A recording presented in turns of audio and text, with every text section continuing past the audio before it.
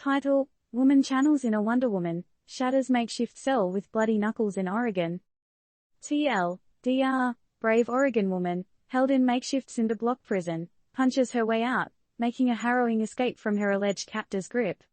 Did this display of sheer willpower and courage save others? In the movies, we see people do impossible things, like flying, scaling walls, or reading someone's mind, which my ex always claimed she could do but right here in Oregon, a woman showcased a movie-esque level of resilience when she broke free from a cinder block cell with only her bare, bloodied hands. Imagine being imprisoned, feeling helpless, chained, assaulted. This courageous woman was not only confined physically but also faced the traumatic emotional prison.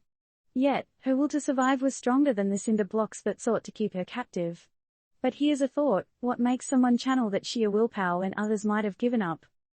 The alleged kidnapper, 29-year-old Negasi Zaberi, must have felt he had everything under control. This guy, suspecting himself to be above the law, reportedly posed as an undercover cop, used a taser, and kidnapped a woman under broad daylight. But, a cinder block cell in a garage? Was he inspired by a bad action movie or something? And 450 miles? Just how twisted can a road trip get? When you're taken miles away from safety, threatened, assaulted, and put into such dire circumstances, there's probably only one voice you'd want to hear.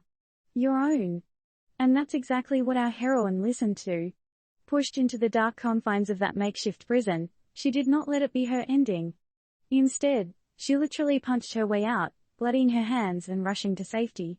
Ever stopped to think about the lengths you'd go to when fighting for survival? Zaberi's flee game was weak as he was nabbed the next day in Reno, Nevada. What followed was a 45-minute standoff where he tried the usual cliché criminal tricks, destroying evidence and self-harm. And oh, the guy had a track record, with 4 sexual assault cases in multiple states. Fun fact, or maybe not so fun, since 2016, Zaberi moved around states like a human ping-pong ball: NY, NJ, Oregon, Washington, you name it. And with a knack for aliases like Justin Heitch, Sakima, and Justin Kwasi, one wonders if he was also inspired by all those spy movies. But here's the real twist: officials suggest there might be other victims.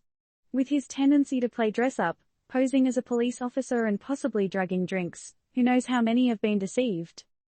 Facing potential life imprisonment on interstate kidnapping charges, Mr. Zaberi might finally find himself in a cell he can't escape from. Yet, as we applaud the indomitable spirit of this brave woman, we're left wondering, how many Zuberis are out there? And how many hidden heroes will rise against them? Question for you: in a world where dangers lurk in the most unexpected places, how do you maintain your sense of security and trust?